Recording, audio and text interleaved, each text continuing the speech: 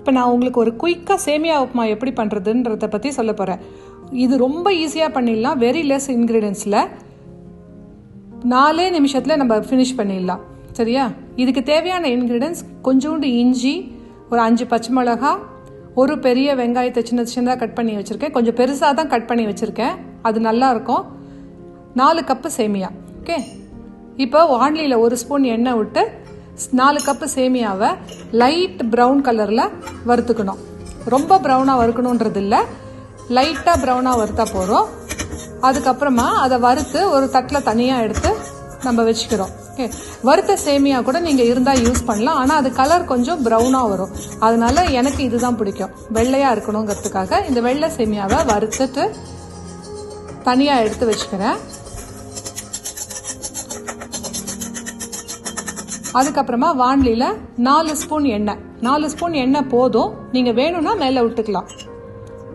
4 spoon எண்ணெயை விட்டுட்டு கொஞ்சோண்டு கடுகு, அதுக்கப்புறமா கொஞ்சோண்டு உளுத்தம்பருப்பு, அதுக்கப்புறம் கடலைப்பருப்பு. கடலைப்பருப்பு கொஞ்சம் நிறைய போடலாம், பிடிக்கிறவங்களுக்கு நிறைய போட்டால் நல்லாயிருக்கும். கொஞ்சம் கருவேப்பிலை, கொஞ்சோண்டு பெருங்காயம், அதுக்கப்புறமா அதை லேசாக ஃப்ரை பண்ணிவிட்டு கட் பண்ணி வச்சுருக்கிற பச்சை மிளகாய், இஞ்சி அதையும் போட்டு வறுத்துட்டு கொஞ்சம் ப்ரௌன் ஆன உடனே வெங்காயத்தையும் போட்டு நல்லா ஃப்ரை பண்ணுறோம். இதெல்லாம் நம்ம கொஞ்சம் லோ டு மீடியம் ஹீட்டில் ஃப்ரை பண்ணிக்கலாம். ஓகே, ப்ரௌன் ஆகாமல், ரொம்ப ப்ரௌன் ஆகாமல், கலர் சேஞ்ச் ஆகாமல் வதக்கிட்டு ஒரு மூடி போட்டு வச்சிடலாம். இதில் இருக்கிற அந்த ஸ்டீம் வாட்டர்லேயே இந்த வெங்காயம் நல்லா வதங்கிடும். ஓகே,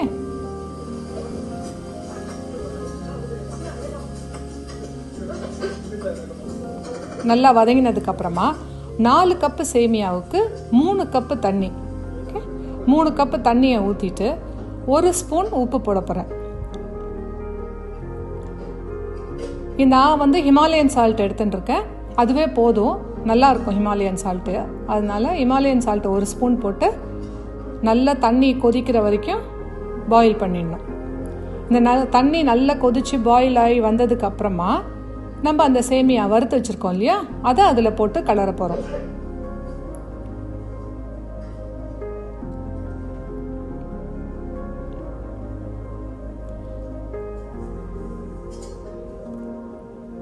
சேமியாவை போட்டுட்டு கொஞ்சம் அடுப்பை சிம்மில் வச்சுட்டு கலர்றோம். இப்போ இதில் நீங்கள் என்ன பார்த்தீங்கன்னாக்கா, எக்ஸ்ட்ரா தண்ணி ரொம்ப இருக்கக்கூடாது. எக்ஸ்ட்ரா தண்ணி நிறைய இருந்ததுன்னா சீக்கிரம் குழஞ்சிடும். ஸோ அது வெறும்னா அதை பரப்புற அளவுக்கு தண்ணி இருந்தால் போதும். நல்லா மிக்ஸ் பண்ணிவிட்டு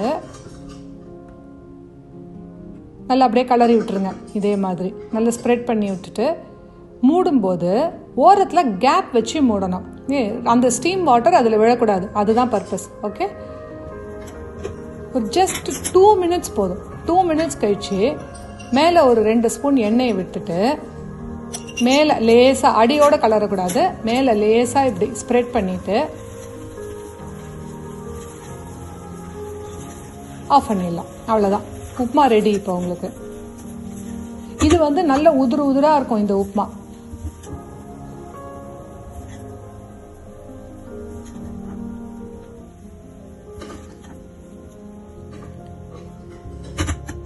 அவ்வளோதான். இது நீங்கள் மேலோட எடுத்தீங்கன்னா உதிரு உதிராக இருக்கும். அடி கொஞ்ச நேரம் வச்சிங்கன்னா நல்ல ப்ரௌனாக ஆகிடும்.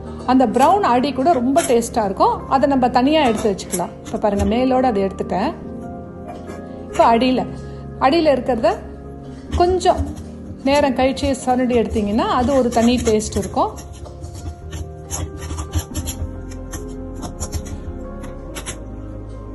இதுக்கு பெஸ்ட் காம்பினேஷன் பார்த்தீங்கன்னா சாம்பார் அதோட ஒரு ஆம்லெட் போட்டு 1 கப்பு சாம்பாரோட இந்த சேமியா உப்புமாவை சாப்பிட்டு பாருங்கள்.